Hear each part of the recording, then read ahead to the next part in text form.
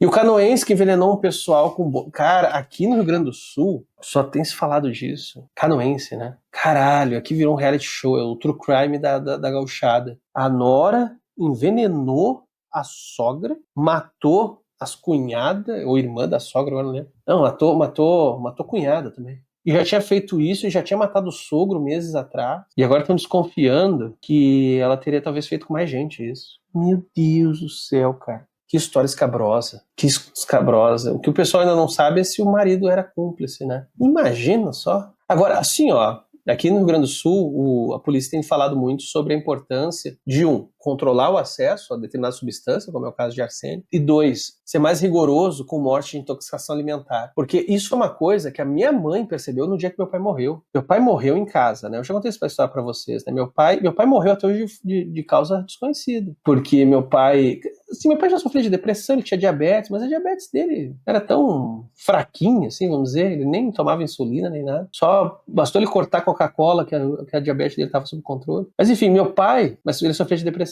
tomava remédio pesado e tal. O meu pai, cara, ele começou a ficar muito zureta, ele sentiu uma dor no braço, ele não sabia nem explicar. Aí minha mãe levou ele no hospital, ele acabou sendo internado, ele ficou 3 meses no hospital. Nesses 3 meses ele só foi ficando cada vez mais fora de si. Fizeram tudo que era exame nele, tudo que era exame. Tinham 3 médicos, de certa maneira, acompanhando ele. Era o médico durante o dia, tinha o médico da noite e mais o médico que acompanhava ele antes. Assim, tipo, aí meu pai...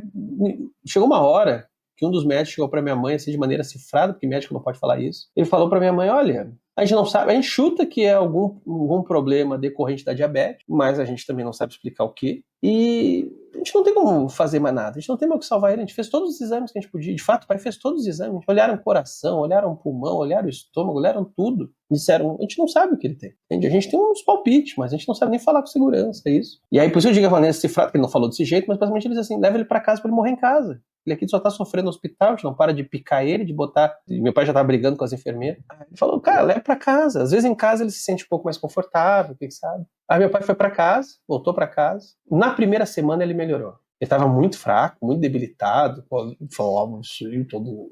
sabe, rolava aqui. Mas na primeira semana ele melhorou, mas nas 2 seguintes foi ladeira abaixo. A última semana eu passei com ele e com a minha mãe. Assim, ele foi apagando, né? Tipo, ele parou de comer, ele só delirava, volta e meia ele me reconhecia, volta e meia ele não me reconhecia mais. Depois ele parou de beber. A gente tinha medicação para ele não sentir dor, né? O médico deu medicação para ele não sentir dor. Mas não tinha mal o que fazer. E como eu disse, meio que os médicos falaram, leva para morrer, porque a gente não, sabe, a gente vai manter ele ligado em tubo e não tem o que fazer. Então, assim, foi uma coisa que, assim, chega uma hora que a gente tem que encarar esse assunto de frente, né? Assim, tipo, tem alternativa? Tem.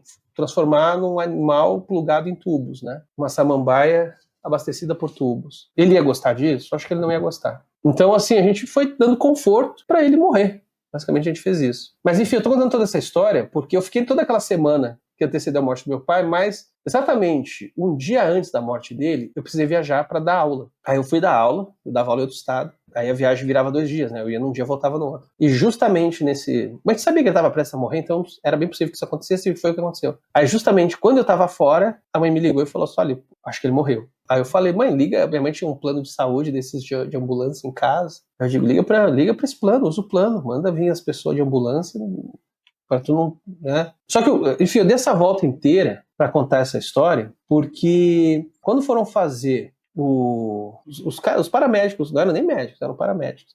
Os paramédicos que estiveram ali em casa e constataram a morte do meu pai, eles escreveram como causa do óbito o que a minha mãe disse. E minha própria mãe falou assim, caralho, bicho, imagina a quantidade de... A minha mãe na época falou isso pra mim. Imagina a quantidade de gente que deve morrer envenenada por parente e fica por isso mesmo. Porque os caras escrevem o que foi falado na hora. A minha mãe falou, sendo que como a gente não sabia direito o que meu pai tinha, uma esperança que a gente tinha, que se em vida a gente não descobriu o que ele tinha, talvez em morte a gente descobrisse, né? Mas não. Minha mãe falou, né? Falou da diabetes, que foi o que o médico tinha dito, que achava que tinha a ver com a diabetes, mas falou de diabetes. Colocaram ali e deu. Sério, minha mãe na época falou isso comigo. Então, assim, uma coisa que está se discutindo aqui muito na Polícia Militar do Rio Grande do Sul, aqui, é que se mude um certo protocolo de intoxicação alimentar. Que os médicos, ao constatarem intoxicação alimentar, repassem para a polícia, né? No caso de intoxicação grave, né? que leva a óbito, ou quase isso, que se mude, eu não sei exatamente como é que eles iam mudar esse protocolo, mas assim, que intoxicação alimentar seja mais investigado, né? Esse é o debate que está tendo aqui no Rio Grande do Sul. Que volta, hein, que eu dei. Algum filósofo fala sobre essa minha tendência de salivar, não de salvar, em cima da tragédia alheia? Ou eu preciso procurar outro psiquiatra mesmo? Olha, em alguma dose, todos nós somos sádicos, né? Assim, tipo, a gente tem um certo prazer em ver os outros se fudendo. É que tá, né? É muito complicado definir qual é o limite saudável de qualquer coisa na tua vida, porque o que basicamente é ser humano é ser um monstro, né? Só que um monstro com limites, ou com uma capacidade de saber parar, né? Por exemplo, necrofilia. Assuntos saudáveis.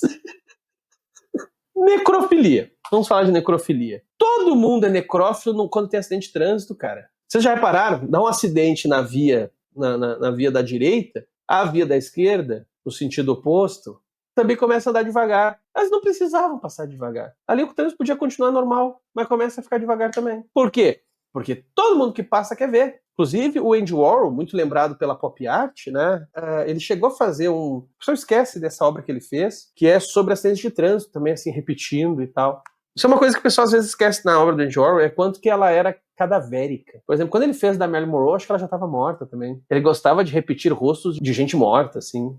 Pessoas às vezes não perdem essa dimensão. Da Marilyn Monroe eu tô na dúvida agora se quando ele fez a primeira vez ela já estava morta. Mas acho que sim. Então, assim, isso rola. Saca? Voltando aí pro caso que eu disse. A gente convive com isso, né? E, bom, falando sério, assim, o que psicólogos, pelo menos os que eu leio e escuto, o que eles vão dizer é que uma vida saudável é a gente assumir, admitir que a gente é assim, mas ao mesmo tempo trabalhar na gente de operar isso no limite de não fazer mal pros outros, sabe? Então, sim, a gente em alguma dose é sádico, sim, em alguma dose a gente é indiferente, em alguma dose a gente tem interesse por coisas muito horríveis, mas que a gente tem algum tipo de capacidade de saber quando que isso começa a ferir os outros e daí não vale mais a pena. Eu acho que no final das contas é isso, né?